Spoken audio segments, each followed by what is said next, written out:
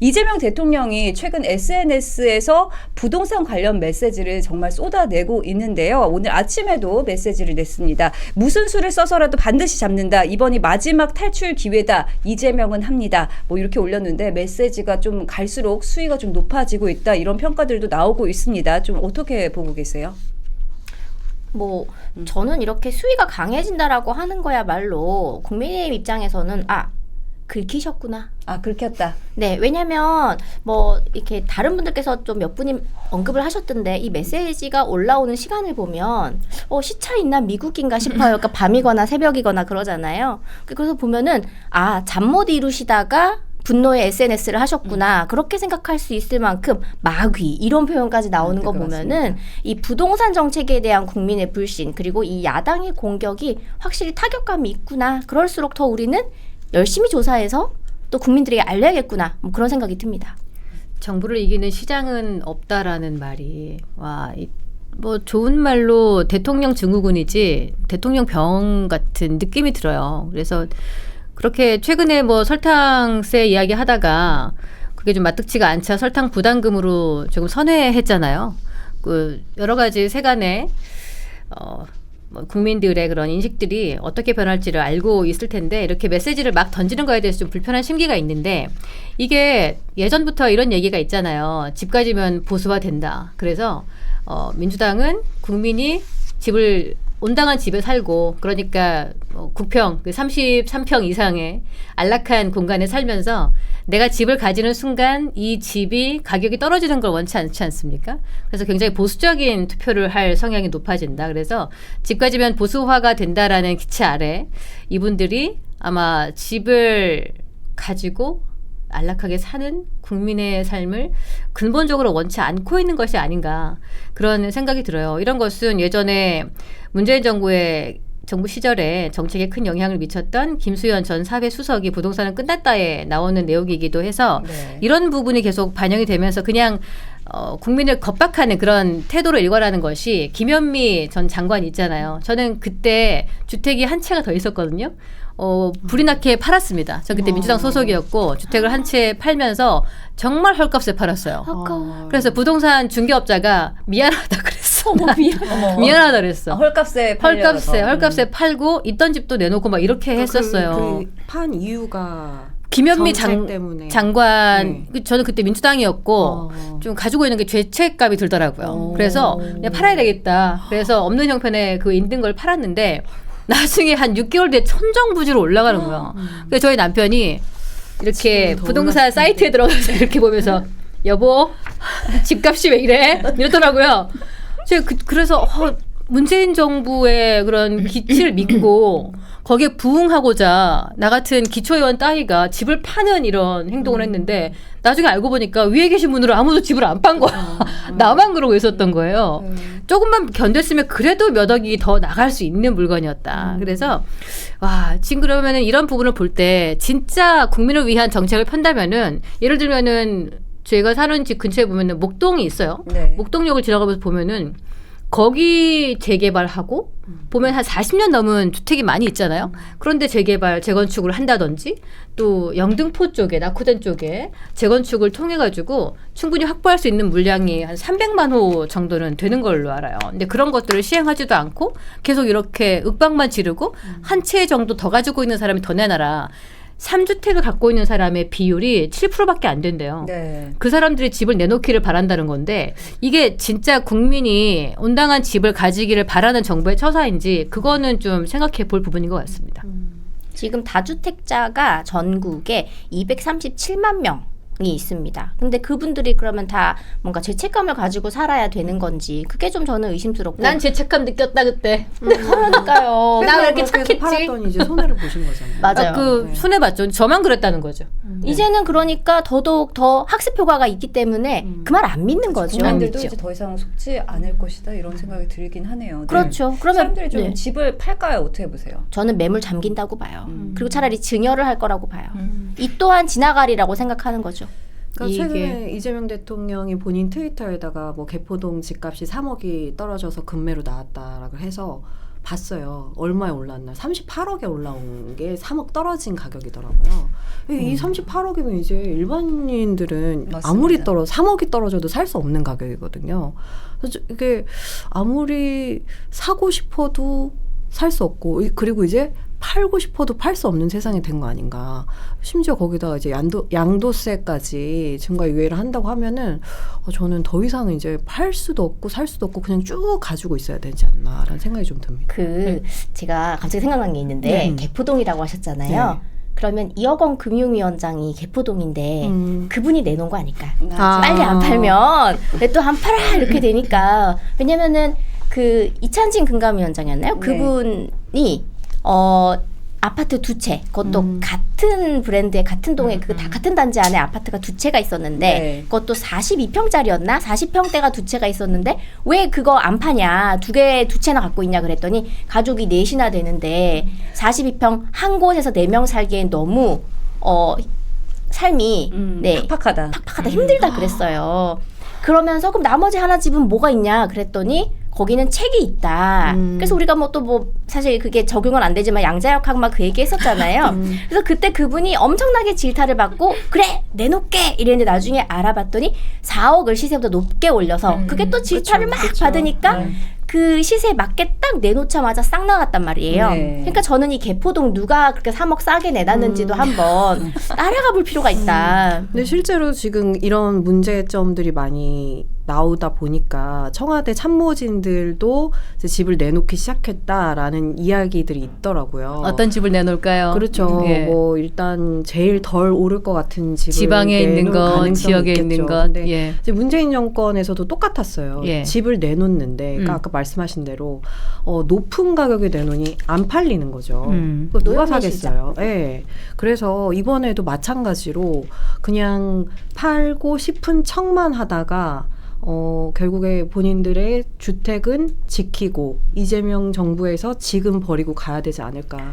저는 이해운 케이스도 비슷했다라고 보거든요. 저는 그 SNS 수위가 점점 세지는 거에 대해서는 일단 두 가지인 것 같아요. 첫 번째는 이재명 대통령이 도파민의 과잉 상태가 아닌가. 도파민 과잉이다. 그리고 다른 하나는 2030을 직접 타깃으로 해서 이렇게 표를 얻으려는, 지선을 앞두고 표를 얻으려는 정치적 전략은 아닌가라는 생각이 좀 들어요. 그러니까 주말에는 뭐라고 했냐면 그 어려웠다는 계곡 정비도 해냈고 주가 5천도 해냈다. 그런데 신년 기자회견에서는 집가 급등에 대해서 사실상 해결책이 없다라는 발언을 했거든요. 근데 불과 몇 주 만에 톤이 완전히 달라진 거예요. 그래서 계곡 정비도 하고 주가 5천도 달성하고 그래서 뭔가 자의식 과잉, 도파민 과잉의 상태에서 메시지를 좀 강경하게 내는 것은 아닌가라는 것보다 쉽다고 했어요, 심지어.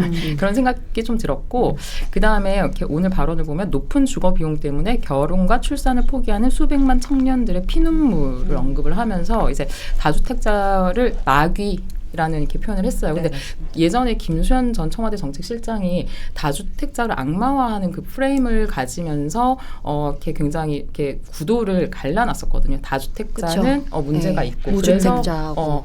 그래서 그 프레임을 가져갔는데 저는 지금도 청년대 기성세대 그다음에 다주택자 무주택자 이 프레임으로 가지고 가면서 이렇게 갈라치기를 하는 식의 전략적인 접근이 아닌가. 왜냐하면 정말 주택의 공급과 주택의 문제를 해결하고 싶으면 굳이 이런 센 언어 혹은 청년 그다음에 신혼부부에 대한 것들을 본인이 이렇게 막 챙기는 것처럼 이렇게 어필하는 식의 워딩은 필요 없다고 보거든요. 이거는 전략적으로 이번에 그 1월 29일에 발표했나요? 공급 대책을 봐도 굉장히 청년과 신혼부부에게 맞춰서 공급하겠다라는 발언들이 있거든요. 서울 중심에.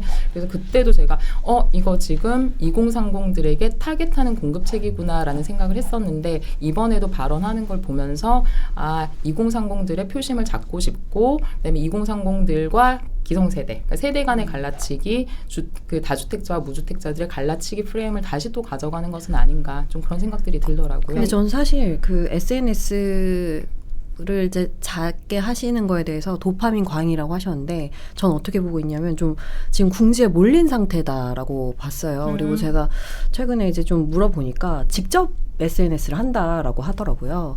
근데 직접 하시는데 이렇게 좀 자주 하고 발언이 점점 세지는 이유는 결국에 뭐 본인이 할 수 있는 정책의 선이 점점 작아진다는 걸 알고 있는 것 같아요. 그래서 국무회의에서도 보면 장관들을 질타하는 모습을 자꾸 보이고 국회에서 입법이 너무 느리다라고 이야기를 하는 게 본인이 하고자 하는 것은 너무 많고 그 방향으로 빨리 갔으면 좋겠는데 할 수 있는 게 없는 거죠. 그래서 사실은 지금 2026년이 되면은 점점 이제 공급이 없어집니다. 없어지죠. 이제 없어져요. 그래서 없어. 이번에 내놓은 그 대책으로는 공급을 바로 확대할 수가 없어요. 맞아요. 그러다 보니까 본인이 할 수 있는 게 이렇게 뭔가를 때려서 그리고 갈라치기를 해서 일단 편가르기를 해놓고 그 사람들을 이제 악마화하는 게 지금 본인의 최선이라고 생각을 하는 거고 그래서 뭐 지금 미국과의 관계도 그렇고 그리고 환율도 그렇고 지금 홍보할 수 있는 수단이 점점 줄어들고 있거든요. 그래서 제가 만약에 청와대 참모라면 대통령한테 SNS 끊으시라라고 해야 하는 시점이라고 봐요. 이게 약간 윤석열 대통령의 도어 스태핑하고 지금 비슷해지고 있다라고 생각하거든요. 그래서 SNS를 정치화 하시면은 정치가 정책을 따라가지 못하거든요. 그쵸. 정치는 진짜 빨라요. 말로만 할 수 있으니까. 근데 정책은 거기서 이제 서포터들이 받쳐주지 않으면 이게 현실화되기가 어려운 거여서 맞아요. 저는 SNS를 빨리 끊으셔야지 현실로 복귀가 가능하다라는 저는 그래서 이야기를 청와대 참모들한테 하고 싶어요. 그래요. 근데 그 참모들이 그 이야기를 하면 들으실까요? 나 듣지 않을 것 그러니까 같은데. 야방을 올리는 거예요. 네. 모두 퇴근했을 때. 듣지 않고 그러니까 급하게 올렸다가 그 캄보디아 사태도 올렸다가 뭐 충분히 뭐 홍보가 된 것 같다라는 네. 뭐 말도 안 되는 변명을 하면서 삭제를 또 하고 그러면 윤석열 대통령의 차이가 뭐예요? 비슷한 거잖아. 그런 식으로 자기가 처리하지 못할, 감당하지 못할 말들을 한다는 것 자체가. 그래서 지금 만약에 SNS를 계속 하실 거니까 하실 때 가장 최근에 나왔으면 좋겠을 법한 제안을 하나 네. 드릴게요. 이렇게 하시면은 온 국민이 다 집을 내놓을 겁니다. 지금 대통령님께서 이렇게 하셨잖아요. 이 다주택자들을 비난하는 것을 넘어서 주택을 하나 가진 사람, 똘똘한 한 채를 가진 사람도 너네 그거 진짜 실거주 목적 아니잖아. 여기 안 살면은 너네 그거 투기 목적 아니야? 그것도 팔아. 이런 식으로 하잖아요. 그래서 지금 집을 한 채 갖고 있는데 직장 때문에 전세를 주고 나는 저쪽 가서 그냥 월세 살고 있는 사람도 있을 거 아닙니까? 아니면은 감당할 능력이 안 되는데 내가 원하는 집에 미리 사놓고 했던 경우도 있을 텐데 그런 거 저런 거 다 상관없이 살지 않으면은 다 투기 목적이다. 세금 많이 물릴 거다. 빨리 그거 내놔라. 그러잖아요. 그래서 SNS 하실 거면은 오늘 새벽에 본인의 분당 집을 내놓으셔라. 나 저 집 내놨습니다. 또는 저 집 계약 체결됐습니다. 저 그 집이 지금 당장 필요가 없어요. 제가 향후 그렇죠. 4년 동안 청와대에 그렇네. 있을 거거든요. 청와대에 계실 거니까. 전 지금 당장 청와대 직장이 실거주 청와대이기 목적이 때문에 아니니까. 여기 살아도 돼서 공간이 있어서 그 집이 필요 없으니까 집 내놨고 3일 뒤에 팔렸습니다. 여러분도 집을 파세요. 라고 이야기할 수 있으면은 이건 설득력이 있다. 이분이 지금 말씀하시면서 뭐 강유정 대변인 본인 이거 대통령의 입으로 대통령의 변론하는 사람임에도 본인도 고가의 주택에 살면서 주택이 한 채가 아닌 사람이잖아요. 아리팍. 네. 맞아요. 지금 70억 정도 하죠. 이게 집이. 63억짜리인데 시세 그 기준이니까 집값을 70억 정도 견인한다는 한 그 집이네요. 그러니까 네. 이러저러한 집에 살고 포르쉐 최고 사양을 타고 다니고 이러면서 방송을 하고 대통령의 입을 대신하면서 서민 정책을 얘기를 하고 있는데 이게 도저히 괴리가 너무 심하니까 뭐 내가 같이 고용하고 있는 내 뭐 참모들 그런 얘기 하지 마시고 본인이 인천계양 출마하면서도 분당집 안 그쵸. 파셨잖아요. 그쵸. 맞아요. 그거 어떻게 설명할 겁니까? 그러면은 그럼 집 한 채 갖고 있는 사람을 그런 식으로 몰아세울 거면은 그동안에 민주당의 여러 가지 부동산 정책이 실패해서 이렇게 됐다. 그 경로를 인정하는 것밖에 안 되니까 당장 SNS에 글을 올리시기를 부탁드리겠습니다. 근데 문재인 정권에서 집값을 못 잡고 실패했을 때도 동일했거든요.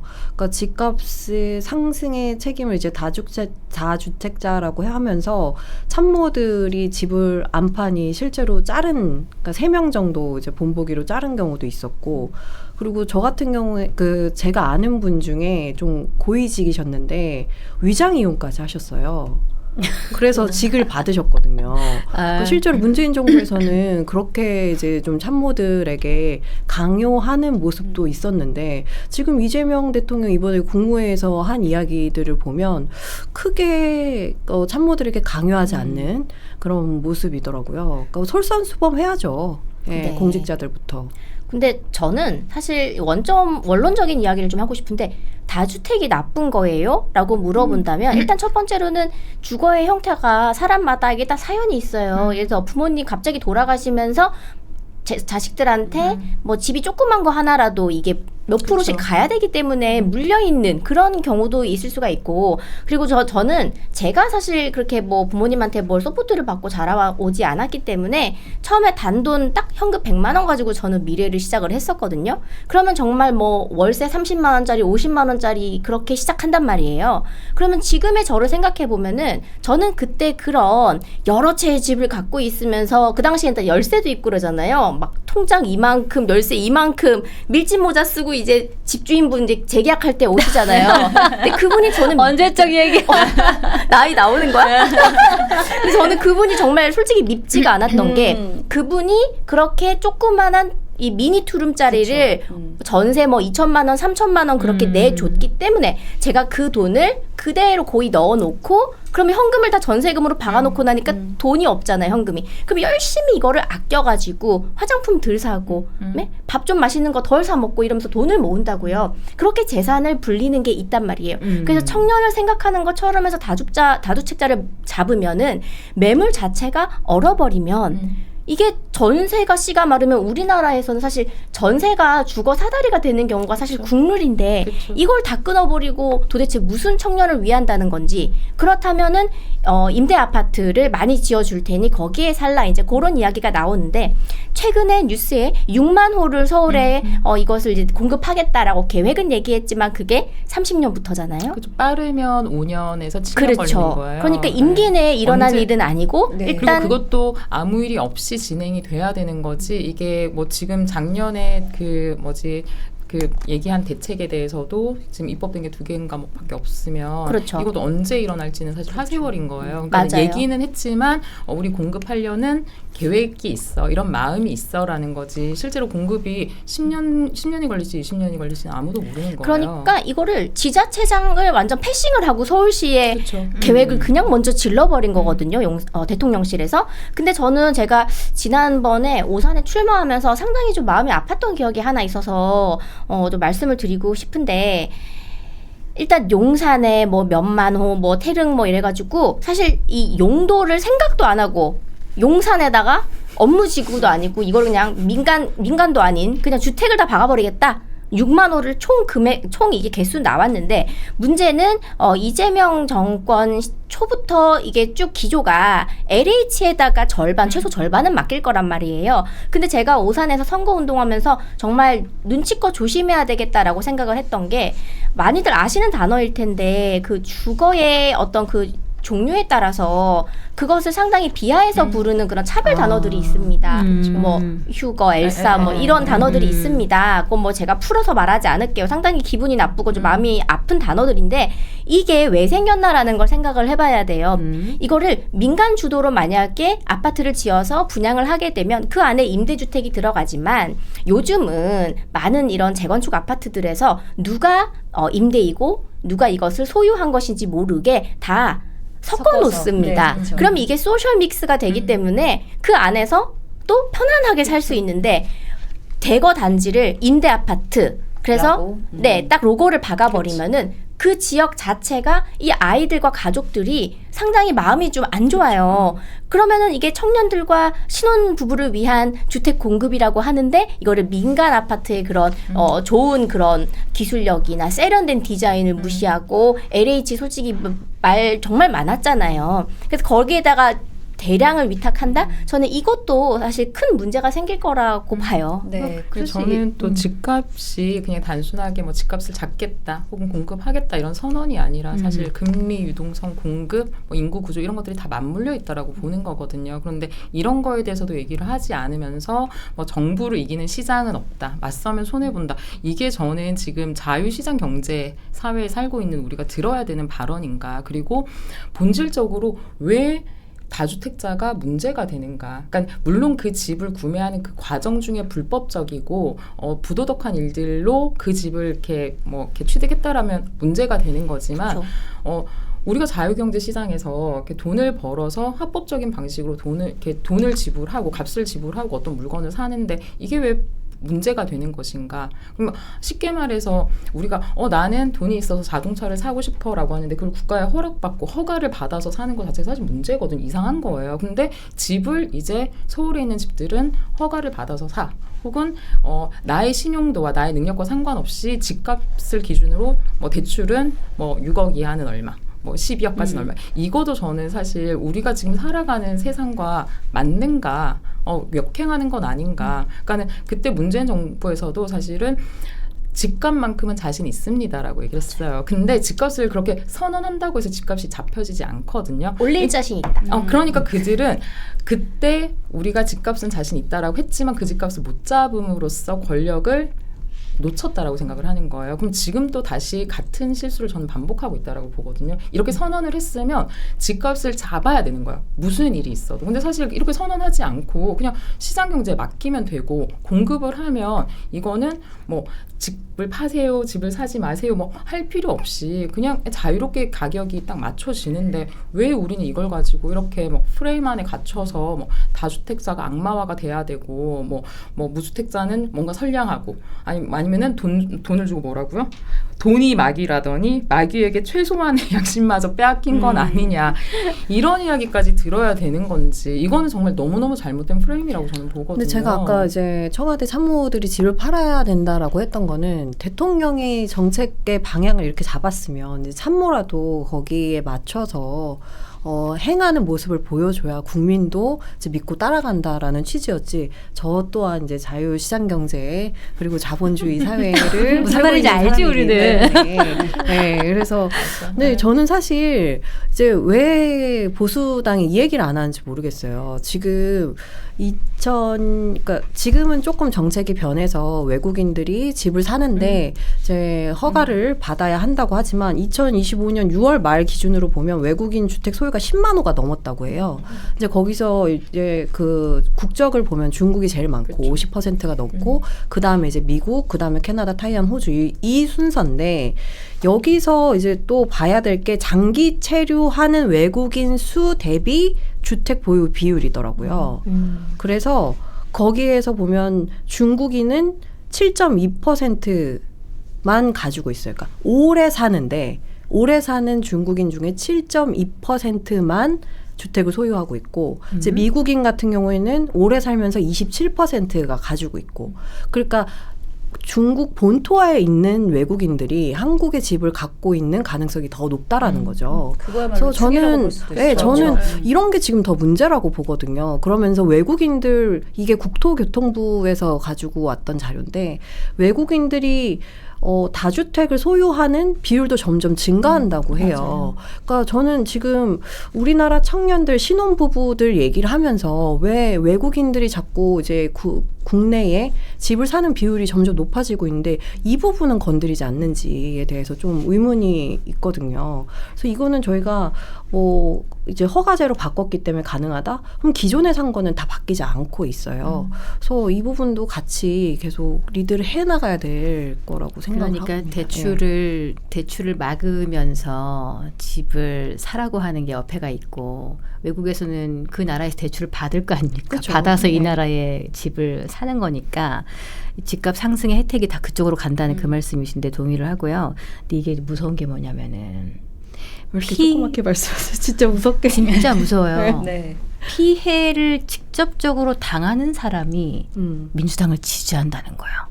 그게 뭐냐면 집이 두 채가 있잖아요. 그 하나는 제가 강유정 대변인 말을 예로 들어볼까요? 63억 시세 아크로 리버파크가 있어요. 이거 있고 용인시 기흥구에 6억 500만 원짜리 42평이 있어요. 그 팔라 그러면은 뭐부터 팔아야 돼요? 용인 걸 팔 거 아니에요. 그렇죠. 지금 너무 어려웠어요. 혹시 또 이제 대통령 기조를 이어받아가지고 반포를 먼저 팔아야 되나. 왜냐면 지금 오를 대로 올랐다 이렇게 평가하고 있는 거 아니겠어요? 아니지 이게 100억이 될 수도 있는데 이거를 파나요. 그리고 펜타스 봐요. 이분이 이걸 언제 샀는지 몰라도 요게 시세가 오름폭이 더 큰 거를 먼저 팔면 세금을 더 내야 되니까 먼저 하나를 내놓고 덜 오른 거를 처분해버리고 하나를 남긴단 말이에요. 그래가지고 그거 하나를 사야 되는데 그 지역이 또 뭐 토호제로 묶여 있으면은 그것 때문에 전세를 준 상태에서 물건을 팔 수도 없을 뿐더러 대출도 안 되고 뭐 이런 것들이 있어요. 그래서 직접적으로 내가 이 지역에 집을 살려고 했는데 이 지역에 집을 살 수 없는 정부의 기조가 있잖아요. 그런데도 이 사람들이 서민 정책을 펴주는 이재명 정부를 지지한단 말이에요. 이게 진짜 아이러니한 거란 말이에요. 그거는 저는 이건 것 같아요. 사실은 그 예를 들면은 최저시급을 올리는 거랑 동일한데 최저시급을 올리면 아르바이트 하시거나 최저시급을 받는 분들이 자기들의 뭔가 혜택이 더 좋아질 거라고 생각을 했지만 실제로 최저시급을 올리고 나서 아르바이트를 구하는 게 좀 더 어려워졌거든요. 일자리가 줄죠. 네, 그런 것처럼 이렇게 다주택자들을 잡으면 죄송합니다. 무주택자나 아니면 이렇게 무주택자들이 뭔가 혜택을 받거나 살기가 편해질 거라고 생각을 하는데 실제로는 주택을 공급하는 뭐 월세나 전세를 이렇게 공급하시는 분들은 다주택자들도 있어요. 물론 기업적으로 이렇게 운영하시는 분들 계시겠지만 이분들이 지금 뭐 말씀하신 강유정 대변인 같은 경우도 집이 두 채고 한 채는 본인 명의 한 채는 뭐 배우자 명이긴 하지만 한 집에서 살고 나머지 한 집은 그러면 새로 줄 거 아닙니까? 그렇죠. 이런 식으로 공급이 되는 건데 팔라고 하면 이거는 그리고 사서 실거주를 해야 되면 이렇게 세를 들어가서 사는 분들이 이제 어려워지는 거예요. 그럼 공급 자체가 줄어들고 월세가 계속 올라가게 되는 거거든요. 그렇죠. 근데 본인들이 그럼 조금만 생각하면 이거는 우리에게 피해가 있을 수 있는 거야라고 생각을 하는데 거기까지 생각을 못하고 다주택자를 잡으면 뭔가 좋을 거야. 뭐 이렇게 생각을 너무 하시는 막연한 거죠. 거지. 이게 굉장히 저는 좀 1차원적이고 단편적인 사고이지 않나. 네. 그러니까 그리고 시장을 그냥 자꾸 정부의 어떤 정책과 제도로 억누르면서 이기려고 할 때는 결국에는 이렇게 어떻게 보면 뭐 덜 가지신 분들. 왜냐면은 뭐 지금 대출 막고 뭐 이렇게 해도 그 고액 아파트들은 계속 팔리고 있거든요. 돈 없는 우리가 집을 못 사는 거예요. 그리고 이게 63억짜리 만약에 지금 이분이 63억으로 내놓잖아요. 그러면은 대출 다 묶어놨기 때문에 서민들이 이 주택을 사려면은 몇십억이 손에 있어야 되거든. 지금 몇십억을 어떻게 내요? 매물이 7, 80억이 올라왔는데 그러면 15억 이상이니까 2억만 대출이 돼요. 그러니까 70억이라고 해도 68억 현금으로 꽂아야 되는 거거든요. 현금 못 사요, 부자한테만 서민들은. 해당이 되는 정책인데 근데 지금 말씀하신 것처럼 표면적으로 주택 가격을 때려잡고 있는 것 같으니까 나한테 도움이 되겠지. 이렇게 그냥 뭐 사회적인 분위기만 형성을 하는 것 같아서 실질적인 대책이 되고 있지 못하다고 보여지죠. 네, 맞아요. 근데 지금 보면 강유정 대변인뿐만 아니라요. 청와대 참모 56명 중 12명 그러니까 한 20% 정도가 다주택을 보유하고 있는데 강유정 대변인 아까 잘 말씀하셨듯이 63억 원짜리 아크로 리버파크도 있고 또 용인시 기흥구에 6억 500만 원짜리 42평 아파트도 보유하고 있고요. 또 이분도 참 굉장히 저는 깜짝 놀랐는데 김상호 보도지원 비서관 네. 총 7채 부동산을 보유하고 있습니다. 와우. 광진구 구의동에 아내와 공동 명의로 20억 8천만 원짜리 약 74평짜리 아파트를 보유하고 있는데요. 여기에 더해서 또 아내와 공동 명의로 강남구 대치동에 8평에서 12평짜리 다세대 주택을 6채나 보유하고 있어서 총 이것도 따로 40억 원어치 해가지고 이분은 총 취미로 7채. 보도지원 비서관 하네요. 네. 네. 이게 아마 지금 8에서 12평짜리 6채면은 임대사업자로 해서 아마 이 다세대를 세를 놓고 있는 사람일 거예요. 아마 문재인 정권 때 피 보셨을 거예요. 이분도. 네. 왜냐면은 말씀하신 것처럼 문재인 정권 때 네. 다주택 안 된다 해서 팔아라. 음. 근데 그때 또 뭐가 있었냐면 임대사업자 등록되면은 그쵸. 등록하면 세대대책 많이 준다 그래놓고 그것도 임대사업자 이 사업자 이 존속 기간을 8년에서 10년까지 하면 엄청나게 혜택 준다. 단 중간에 취소하면 벌금 3천만 원 내야 된다. 위약금.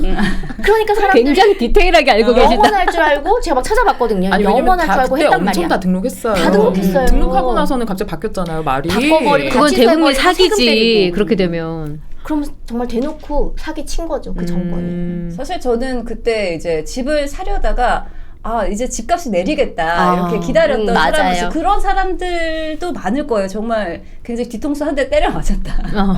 이렇게 그렇죠. 보시는데 그래서 저는 이렇게 뭐 청와대 참모들 말씀하신 것처럼 그렇게 다주택자 비율이 많은데 그분들에 대해서 개인의 사정이 다 있다. 뭐 이렇게 뭐 부모나 자녀 거주 목적이고 뭐 상속 증여에 따른 지분 소유다. 뭐 이런 얘기를 하는데 사실 국민들도 그런 사연들은 다 있을 수 있어요. 그리고 뭐 예를 들어서 내가 대구에서 일을 하다가 이제 서울에 취업을 했다. 근데 대구에 집이 안 팔린다. 혹은 뭐 주말 부부여서 대구에서는 가족들이 살고 내가 서울에서 집을 얻어야 된다라던가 뭐 여러 사정들이 다 있을 수 있는데 그걸 가지고 이제 청와대 참모들은 다 사정이 있고 국민들은 마치 사정이 없는 것처럼 이렇게 선택적으로 이야기를 하는 거라면 그거는 기준이 아니라 그냥 권력을 가진 특권 그 권력자들에 대한 특권 행위라고밖에 얘기를 못 할 것 같아요. 그러니까는 동일하게 참모들에게도 국민들에게도 동일한 기준을 적용을 하고 동일한 잣대를 이렇게 적용해야 되지 않나 네, 그런 생각들은 들어요. 사실 마음 같아서는 이 우리가 공직자 윤리 시스템이 화제 때문에 이게 공개가 안 됐다가 이제 된 거잖아요. 그러니까 이제 다 열어서 본 거예요. 이거 진즉에 터졌어야 될 문제인데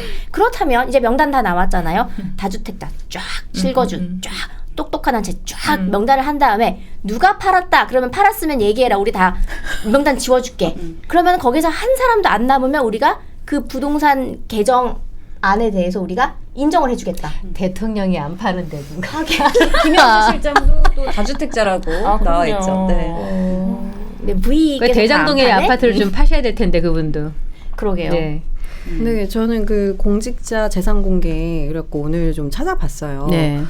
부동산도 되게 재밌는 부분이 있더라고요. 뭐 그 청와대 참모분 중에 와이프가 미국에 이제 집을 갖고 있는 경우도 있으시고 그러면서 저는 좀 재밌었던 게 그 공직자들의 자녀들이 주로 미국 주식을 다 가지고 있더라고요. 맞아요. 뭐 장남이 뭐 팔란티어라든지 한국을 뭐 믿지 않아. tesla, 애플. 근데 저는 그게 지금의 추세라고 보거든요. 네, 그러니까 그렇죠. 비난하고 싶은 생각은 없어요. 부럽죠. 네. 네. 그러니까 지금 왜 청년들이 그렇게 미국 주식을 살 수밖에 없었는지 그것도 본인들을 지지하고 본인들의 정권을 이루고 있는 사람들의 자식마저 이렇게 타국의 주식으로 돈을 벌 수 있겠다라고 생각하게 된 세상이 뭔지 그걸 한번 좀 잘 그 내부에서부터 찾아보시면 전 답이 있을 거라고 생각합니다. 네. 근데 그 미국 주식 엄청나게 갖고 계시는 테슬라 주식 엄청나게 갖고 계시는 그분이 이 금융사들한테 이 증권회사들한테 그 미장 제품 같은 거 홍보하지 마라. 그거 규제하고 있잖아요. 본인은 97억 딱 들고 있고. 그러니까 이런 게 내로남불이라는 거예요. 맞습니다. 네.